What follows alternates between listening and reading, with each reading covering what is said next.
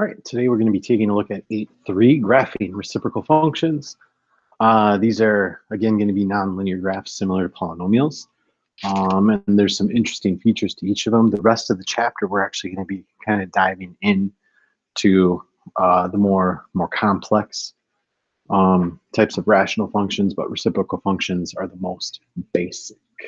All right, so to start things off, the type of graph you'll be graphing today are what are called hyperbolas. You can see the parent function y equals 1 over x is given there. There are two asymptotes, both horizontal and vertical. Keep in mind when you have 1 over a variable, that fraction will never equal 0, hence the x asymptote or x axis as an asymptote. And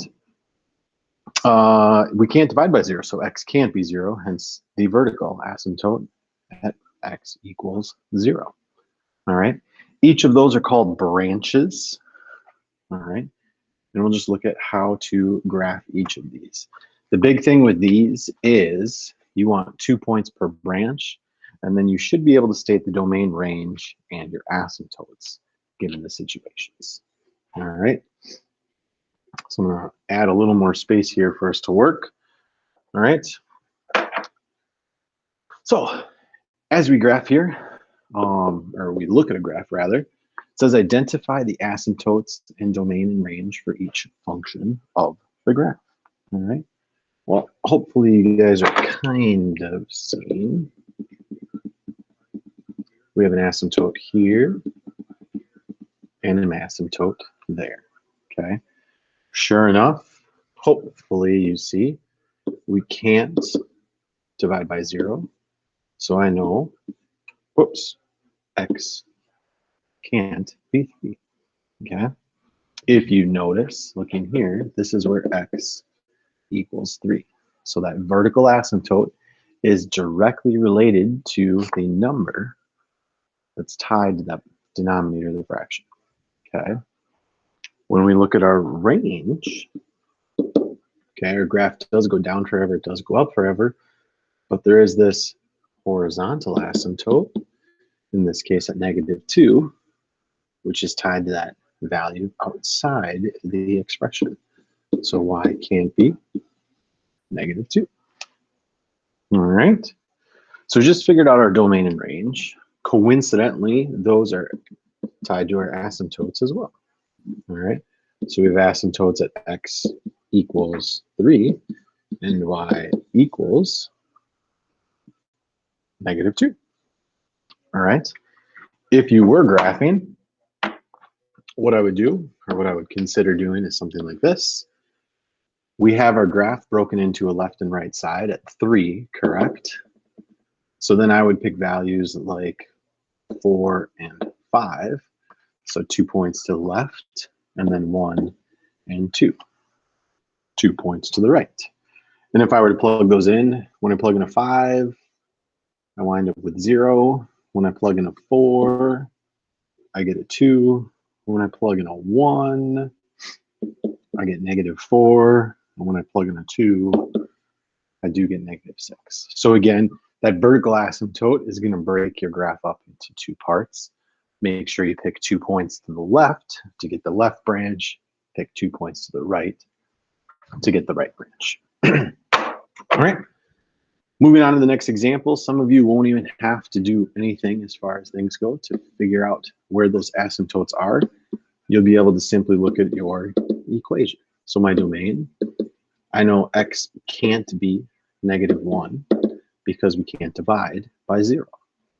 I know my range is y can't be 5, all right, because this is never, the rational expression is never going to equal a -5 to get us to 0 there. Okay, so that's the domain and range. You then can clarify into your asymptotes with those values given. I know I have a vertical asymptote at x equals -1. I know I have a horizontal asymptote at 5. And again, like I said before, if you were indeed creating the graph like it wasn't given to you, I kind of like to do that. And then I would pick 0 and 1. Those would be 2 points to the right. And then I would do something like -2 and -3 to get points on the left.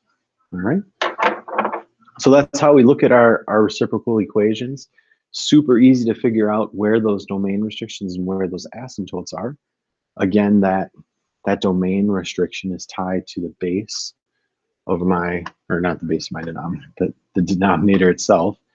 And then the horizontal asymptote is tied to that value that's separate from the expression. And I think I do give you the general form, which is right here. And surprisingly enough, we see H and K again, okay?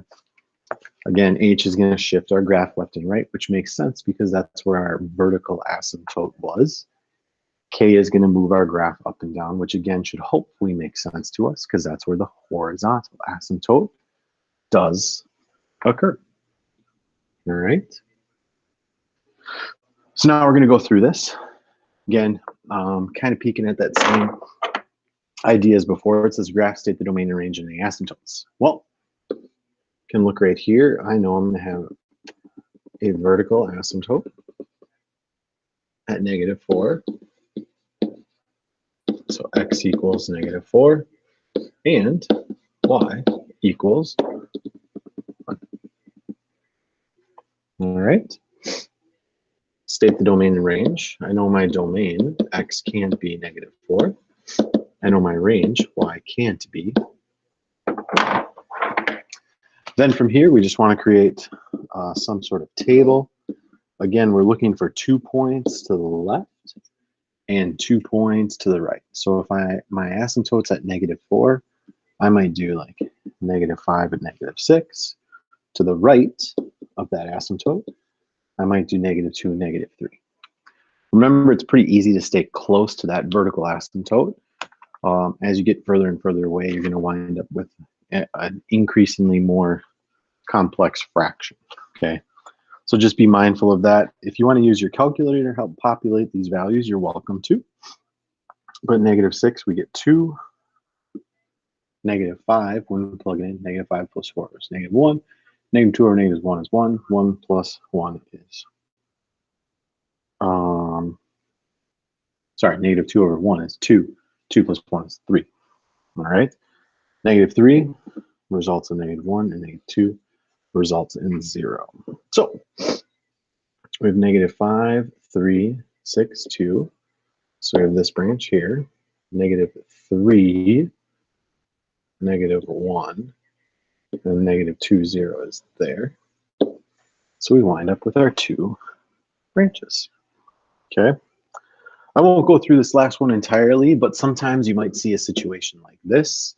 It's important to rewrite your equation. So we wind up with 1 over 3x minus 1 minus 2, okay? This is your H value. So when you go into your asymptotes, you know there's a vertical asymptote at x equals 1 and a horizontal asymptote at -2, which means your domain, x can't be 1, and your range, y can't be -2. Just remember, if you have something like this, you do want to factor first to isolate that H value. All right, so today should be pretty straightforward. There's not a ton of problems. Make sure you do graph 2 points per branch. Make sure they're visible in your table. State the asymptotes in domain and range and any other things the questions are asking for. If you do have questions, please let me know by discussion board or our classroom meet. Otherwise, best of luck. Hopefully today goes pretty well for you.